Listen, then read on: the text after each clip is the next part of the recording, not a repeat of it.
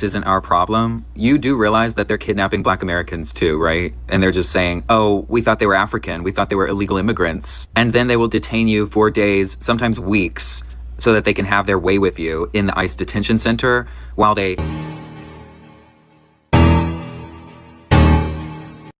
Wrong message, even worse messenger. We do not ever need a white person in this country to tell us what is at stake when it comes to the government, police enforcement, and how police enforcement can cause harm to Black Americans. My father sat me down when I was 15 years old because I started to look like a man and taught me how to interact with police.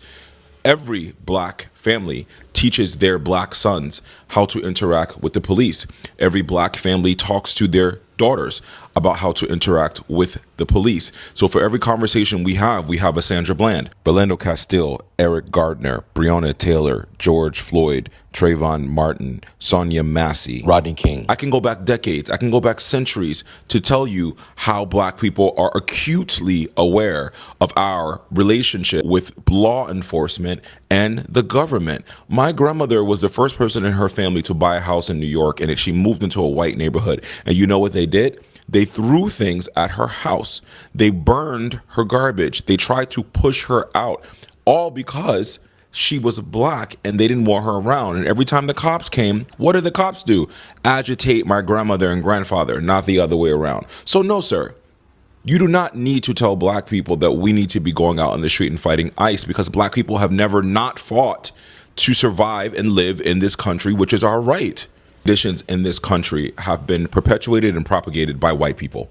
White people are the only people that can fix it. This is your time to shine.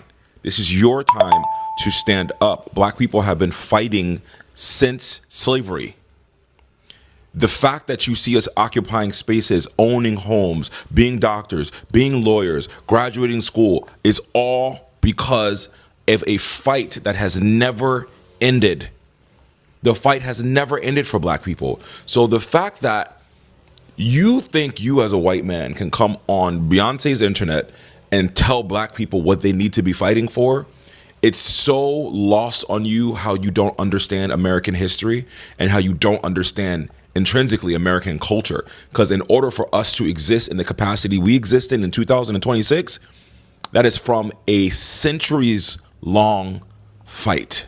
You guys go out and do the work. You go out and fight your representatives. You go out and make noise at Capitol Hill. You go out and demand change. But don't ever come online and tell Black people what they need to be fighting for.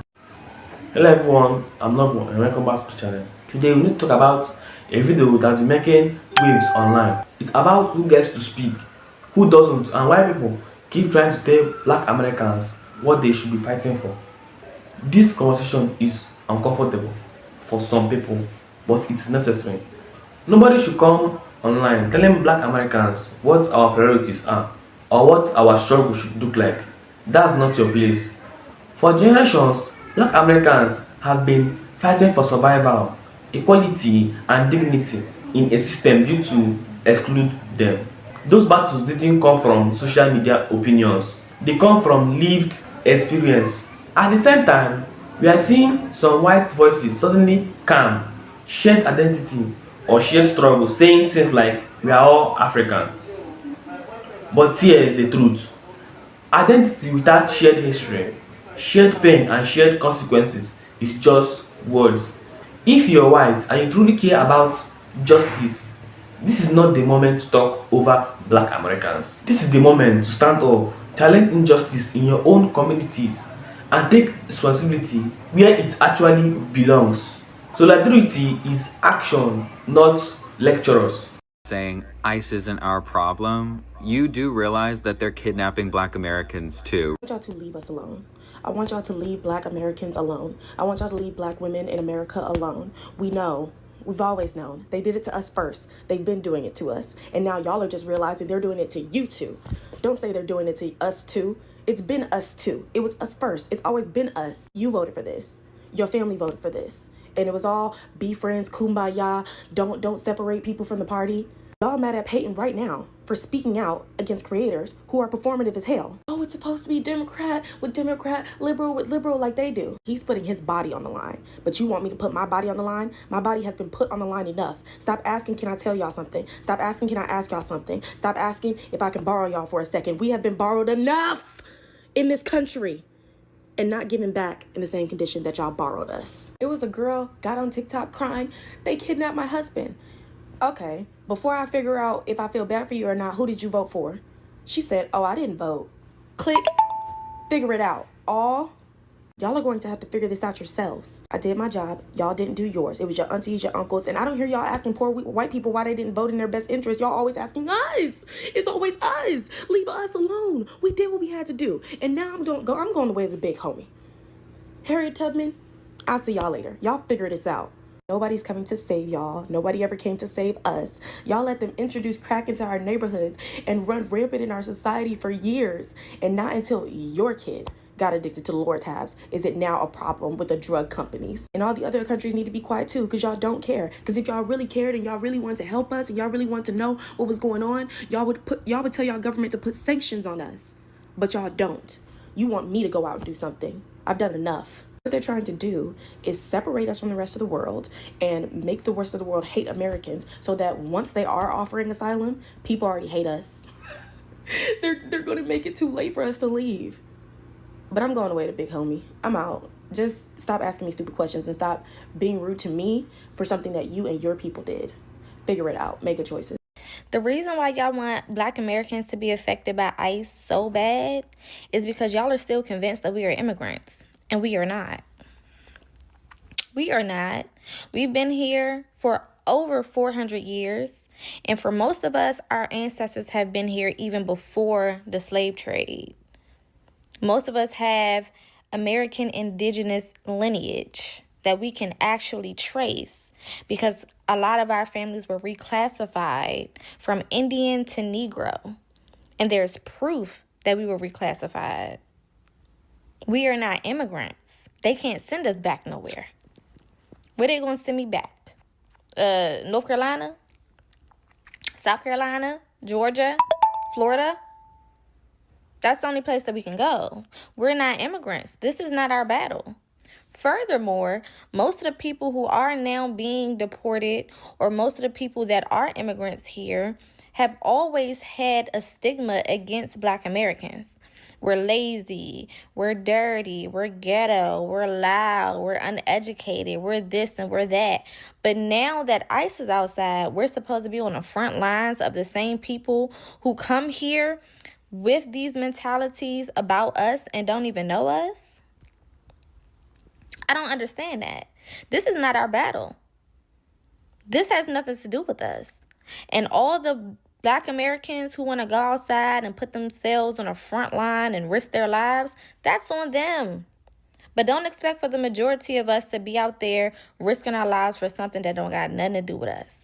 Now, when it comes to immigration, me, myself, I don't mind immigration as long as it's legal. I worked in the immigration office for a period of time back in 2016. And when I say there are hundreds of thousands of files of people trying to get into this country, and I'm talking about people who have been trying for 15 plus years to get into this country the legal way.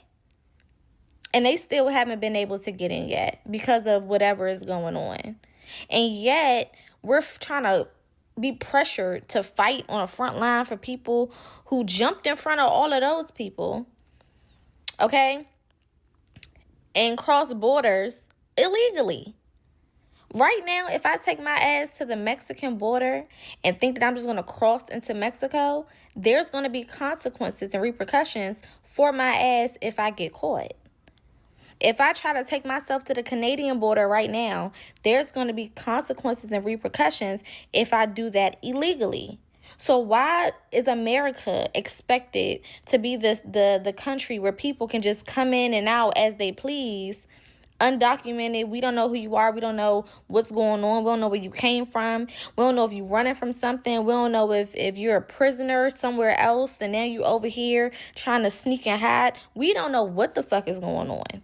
Furthermore, let's look into how many black women have been unalived by illegal immigrants. One of my good friends is the sister of Dakara Thompson. Dakara Thompson was a 19-year-old beautiful woman, young woman, who was unalived by an illegal immigrant. He raped her, he SA'd her, he unalived her, and then threw her off a bridge. Okay? This was back in the late August, early September of 2025. So this is rather recent. Okay? And her family is now in court dealing with that. The gag to that story is that same illegal immigrant that unalived that beautiful young lady had been caught on a DUI a couple of months to a year before that, if I'm not mistaken, and nobody checked to see if he was actually supposed to be here or not. So he could have gotten deported and that baby girl would still be here. So no, this is not my fight. This is not our fight. We are not expected to be on the front lines for everybody, while everybody continuously disrespects us and undermines the things that we have going on. We have all of these people who are of Caribbean heritage and so on and so forth in politics that speak against reparations because they say it's not fair or it's going to put us in debt and all of this other shit. But then we're also supposed to go fight for you? Are y'all crazy? No. This don't got shit to do with me. My people have been here. I myself have my tribal ID because I did the work for my genealogy and traced it back and was able to prove that I am indigenous American.